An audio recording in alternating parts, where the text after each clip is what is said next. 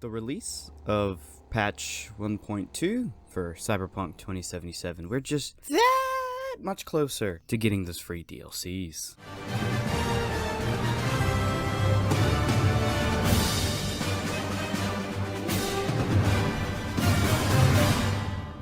Today, the 29th of March, 2021, Cyberpunk 2077 released their patch 1.2 notes in the list of changes as it says here. We're going to go over them. There's a lot, and when I say a lot, I mean a lot. So we're going to start from the bottom. So we're going to start with the console specific and not go over all of them due to how much there is, but we'll go over some. So like this one, for example, fixed an issue on PlayStation 4 where items couldn't be dropped from the backpack as they would always reappear back in the inventory. Fixed an issue where Johnny's custom HUD wouldn't be present on Xbox One during the concert scene in Love Like Fire. Fixed an issue that caused the game to zoom in when pressing pause on PlayStation 4 Pro and Xbox One X. Fixed a streaming issue with the elevator panel in Play It Safe on Xbox One. Improved the mechanism for adjusting the UI texture resolution depending on the platform. Fixed an issue that would cause the game to become unresponsive when pressing A immediately after deleting a save on Xbox One. Fixed an issue where loading a game save while being in a car could turn the screen black on Xbox. And then various memory handling optimizations on Xbox. I read most of the Xbox ones there because that's what I have and that's what I play this game on. Fixed an issue where the game on Xbox One would become unresponsive when signing out while the controller disconnection message is visible. Now that was some of the console specific. I'm not going to read the PC specific since I don't play this game on PC. I will read some of the miscellaneous ones though. Fixed incorrect censorship when playing a copy of the game from a region other than Japan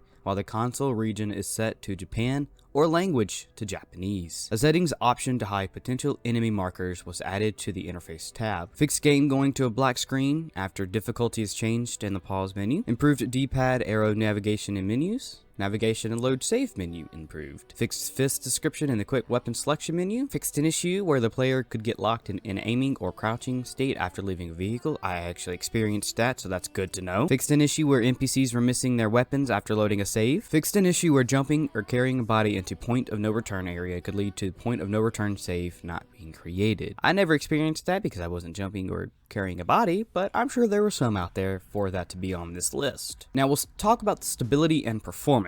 This section discusses changes that enter all the platforms, but many of them make a bigger difference on last-gen consoles and lower performance machines. Improved stability and performance of the engine and the rendering engine, reducing the number of random crashes.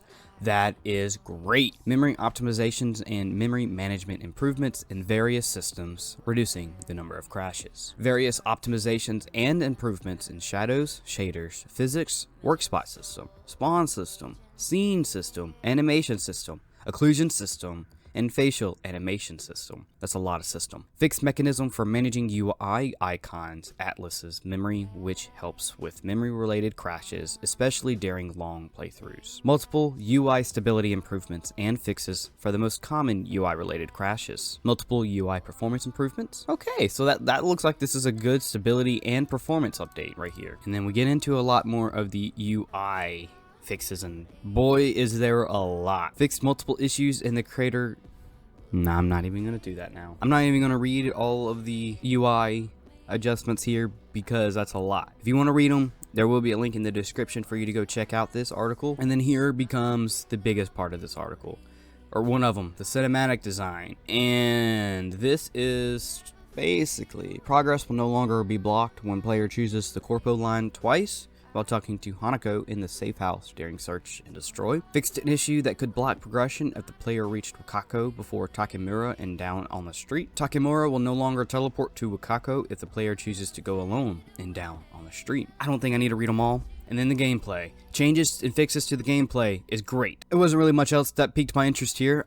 If you want to read the patch notes for yourself, to read it all and not just kind of the few things that I picked out here and there, go check the link in the description. This will take you to this website right here, and you'll be able to read all of the patch notes yourself. I gotta say, there's a certain percentage of you, I don't know how many yet, I'm going to find out once I'm done recording this, and I'll throw it up on screen now. You're not subscribed. What are you doing? Why aren't you? I think you should go ahead and subscribe, and maybe tap that notification bell. Who am I kidding? I ain't got a lot of myself. All I care for is really watching that number grow.